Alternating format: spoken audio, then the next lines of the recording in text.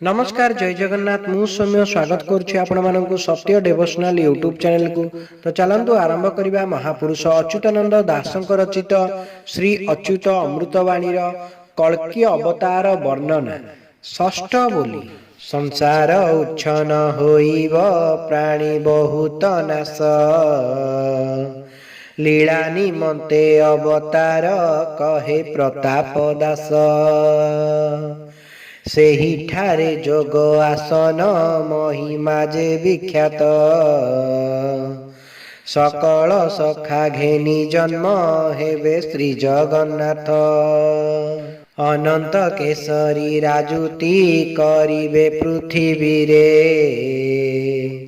रुधिर सेठारे बहिब शंख बट पाखरे।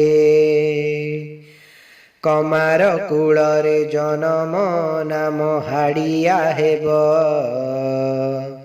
सेही ठारे मोर महिमा नाम उदे होइब। एतिकी मागुणी प्रभु हे कथा रखिबु मोर, छ दिन तू ही रहिबु भक्त पाई कि मोर। भक्तंक पाई तू ही जान कलकी अवतार, संबल ग्राम रे प्रभु जे गुप्त लीला सेठार। नित्य राहास से कुंजटी महागुप्त स्थान, गुरु कृपा हेले देखिबे संत सुजन जन। बिरजा मंडले प्रभु जे लीला प्रकटिबे, भक्तंक पाई जे कलकी अवतार होइबे। कली घोर द्वंद लागिब प्राणी उच्छन हेबे, बेळु बेळ घोल प्रबल जानी बुड़ी मरिबे। पताका उड़ीब गिरी रे नाद घोर चमक,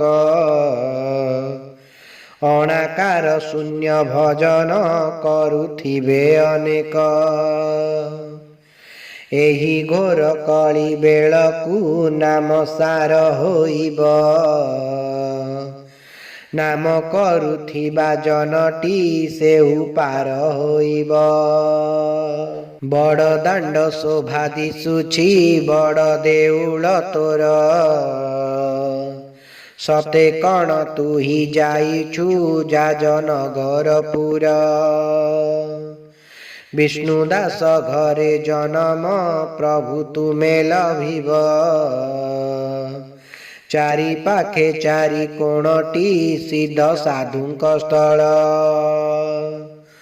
पंच सखा संगे घेनिण प्रभु से भावग्राही, राहास करुथिबे जान गोपी मानंकु नेई। राधा कृष्ण लीला जहिटी गुप्त गुप्त पार, के कही पारिब महिमा अंत नाही जाहार। काठ जोड़ी महानदी रे जामला सेतु होई, तही परे पंच सखाटी छंती गुपत होई। 1999 महासंकट जान, तिनी नव एकत्र एणु एही समय जान। एही समय रे प्रमाद हेब शून्य मंडले, प्रमाद अनेक पड़िब दुष्ट जन उपरे। दुष्ट निवारी प्रभु साधु संतंकु उद्धारिबे, दुष्ट नासिबाकु जन्मटी हरि आपे होइबे। जदि आपण मानक आमर ये भिडियोटी भल लगता है तेबे आम चैनल को लाइक शेयर सब्सक्राइब करने को अनुरोध। जय जगन्नाथ जय पंचसखा।